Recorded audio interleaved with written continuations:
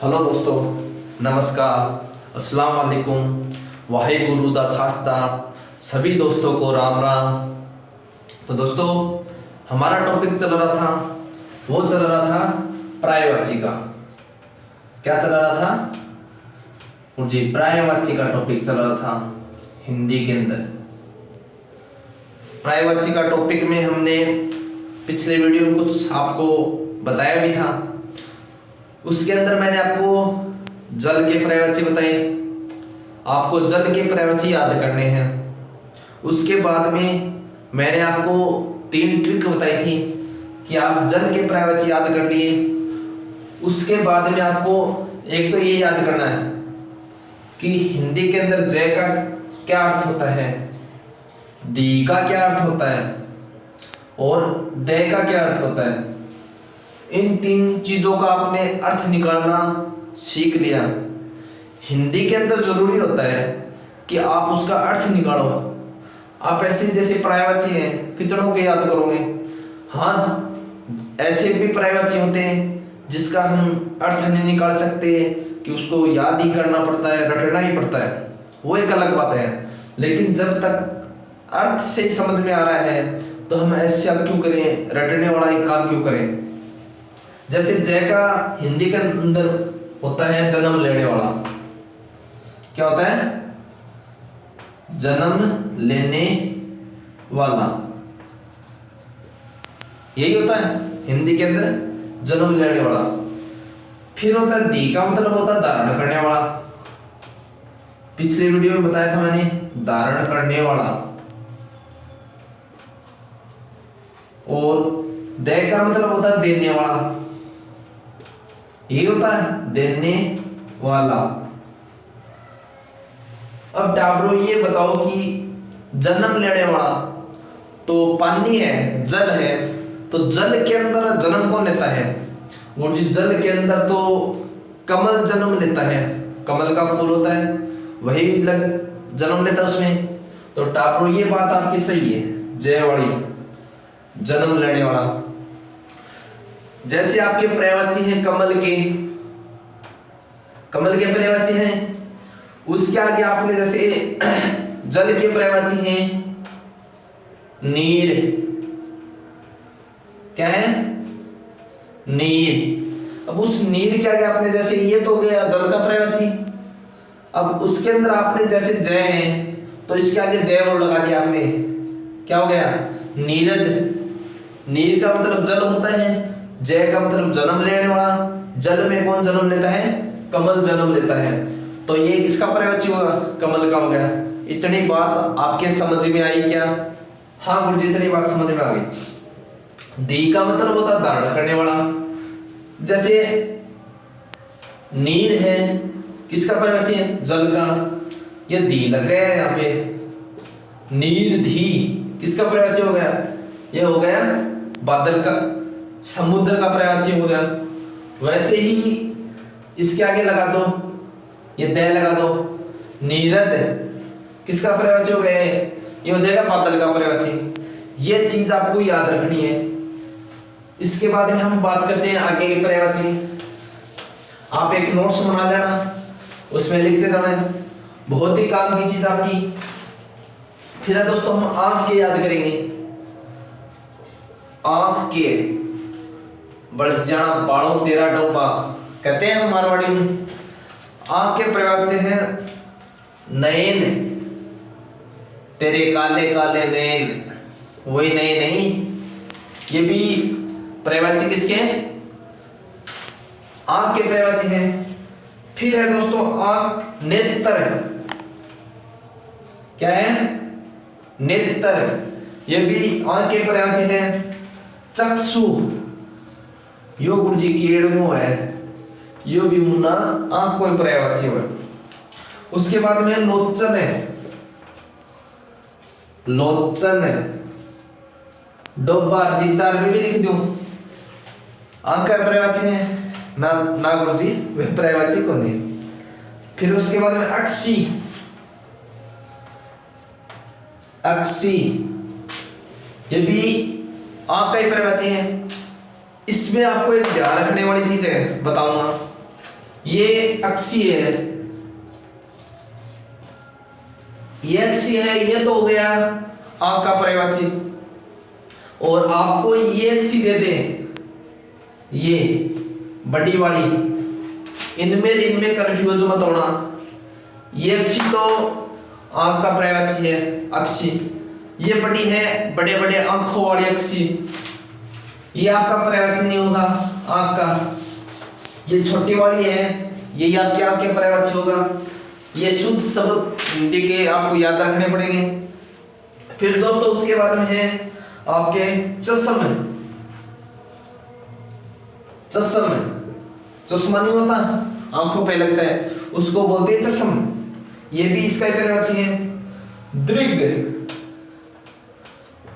ये भी आंख के पर्यायवाची है। दृग, दृष्टि, क्या है? दृष्टि, नजर, बाणु तेरी नजर, वो भी नजर आंख का पर्यायवाची है। फिर अक्ष, क्या है? अक्ष, ये किसका पर्यायवाची है? आंख का पर्यायवाची है। दोस्तों आंख के पर्यायवाची कितने हैं मैंने आपको लिखा दिए, ये चीज आपको याद करनी पड़ेगी। नयन, नेत्र, चक्षु, लोचन, अक्षी, चश्म, दृग, दृष्टि, नजर और अक्ष, ये सारे आंख के पर्यायवाची हैं। फिर दोस्तों आंख के बाद में है अश्रु। अश्रु का पर्यायवाची और याद कर लिया आप, क्या क्या याद कर लिया? अश्रु का।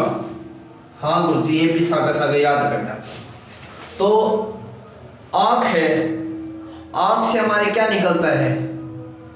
अश्रु को नहीं निकला, नीर। अश्रु को हम क्या बोलते हैं? नीर। क्या बोलते हैं? नीर, यही बोलते हैं, नीर। तो दोस्तों जैसे नयन है, नयन, ये किसका पर्यायवाची है? ये पर्यायवाची है नयन, आंख का। अब इसके आगे ये लगा दो नीर, ये लो जी, आंसू के पर्यायवाची हो गए नयन, नीर, किसके पर्यायवाची हो गए? आंख के। लो जी, सब क्या आगे नीर लगाते रहो, नेत्र, नीर, चक्षु, नीर, ये सब किसके पर्यायवाची होंगे? टोटल के टोटल सब के आगे नीर लगाते जाओ, आंसू के पर्यायवाची हो जाएंगे। जैसे जल के पर्यायवाची हमने याद किए थे, उसमें समुद्र के, बादल के और कमल के 3 पर्यायवाची साथ में याद हुए। तो इसके भी आंख के साथ में आंसू के पर्यायवाची ऑटोमेटिक याद हो जाएंगे आपको। एक के साथ एक फ्री ले जाओ, ऑफर है। फिर दोस्तों अंधा, ये भी साथ में बताता हूं। अंधा, ये दोस्तों अंधा है, अंधे होता है तो उसके आगे क्या लगाते हैं? जैसे कोई चीज की कमी होती है तो उसके क्या कहते हैं? हीन बोलते हैं। तो जैसे इनके आगे हमने क्या लगाया? आंसू के आगे नीर लगाए, नयन नीर, नेत्र नीर, चक्षु नीर। तो इसके आगे क्या लगाएंगे? नयन हीन, ये लगाएंगे नयन हीन, चक्षुहीन, चक्षुहीन, नेत्रहीन, नेत्रहीन। अब दोस्तों जिसके पास आंखें नहीं है वो तो नेत्रहीन ही होगा, उसके पास आंखें नहीं है। तो ये दोस्तों आंख के पर्यायवाची के आगे आपने आपको लगाने हैं, आंसू के आगे लगाने हैं नीर, जितने भी आंख के पर्यायवाची उसके आगे नीर लगा देना। और इनके आगे हीन लगा दोगे तो किसके हो जाएंगे? अंधा के पर्यायवाची हो जाएंगे। अब दोस्तों आपको एक चीज का याद करना है, अंधा अंधेरा होता है, एक तो अंधेरे के पर्यायवाची है और एक रात के पर्यायवाची है। चलो इसको मिटा देता हूं मैं और अलग अलग आपको समझाता हूं। आपको आप ये सब लिखते जाना।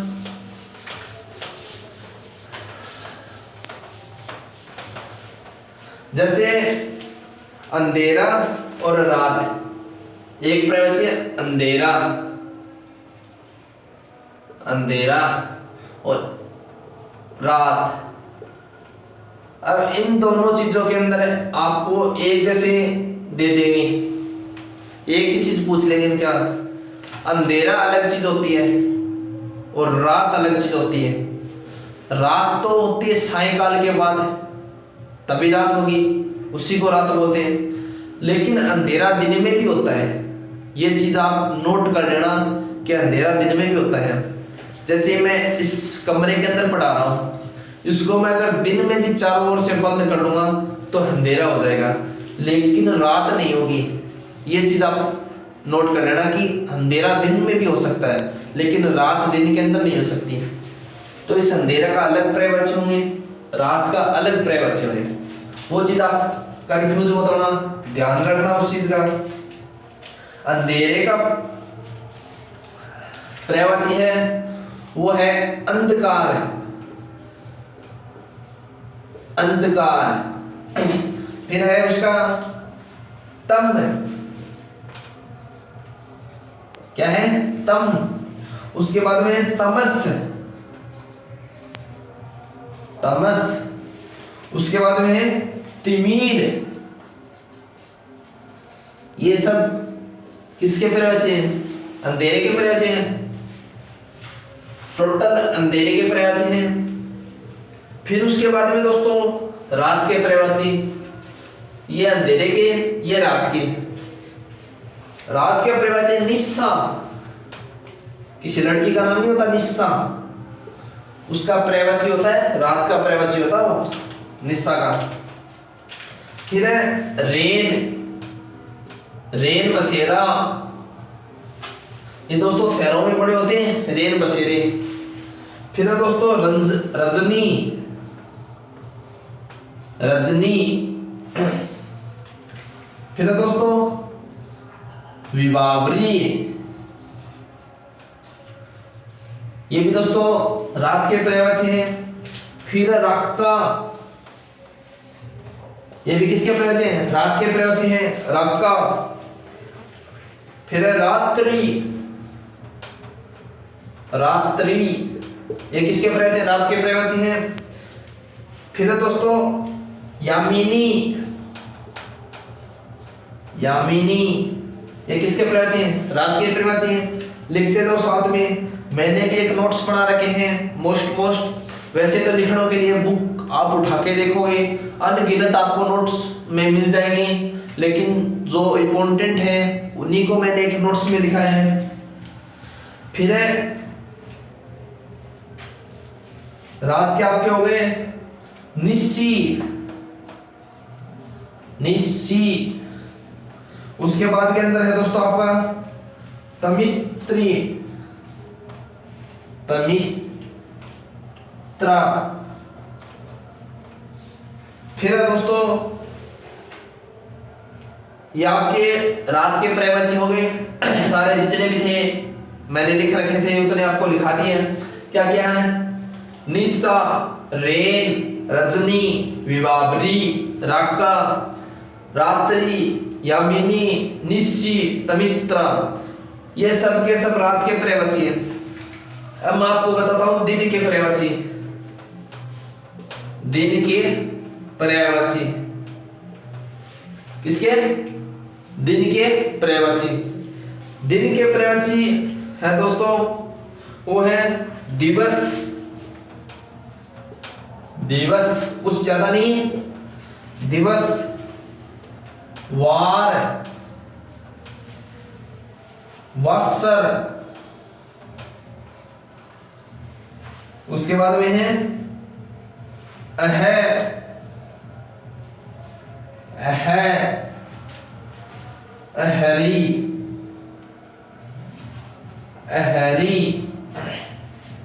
ये सब किसके हैं, दिन के पर्यायवाची हैं। बस 4-5 है, ज्यादा नहीं है, इनके इतने ही हैं। ये दोस्तों हमारे हो गए।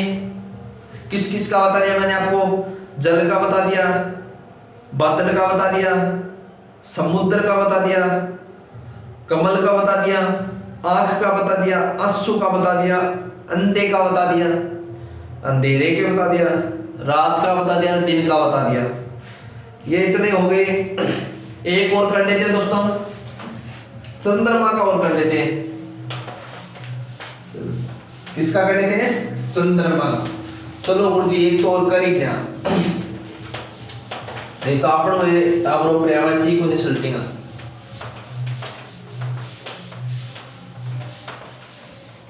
किसका करना है? चंद्रमा का।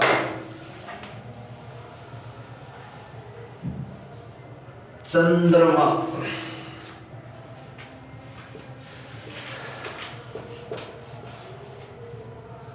ये चंद्रमा कब आता है? कई तो ये कंफ्यूज रहते हैं, चंद्रमा कब आता है, सूर्य कब आता है। चंद्रमा आता है रात को, रात को आता है। तो राका, राका किसका पर्यायवाची था?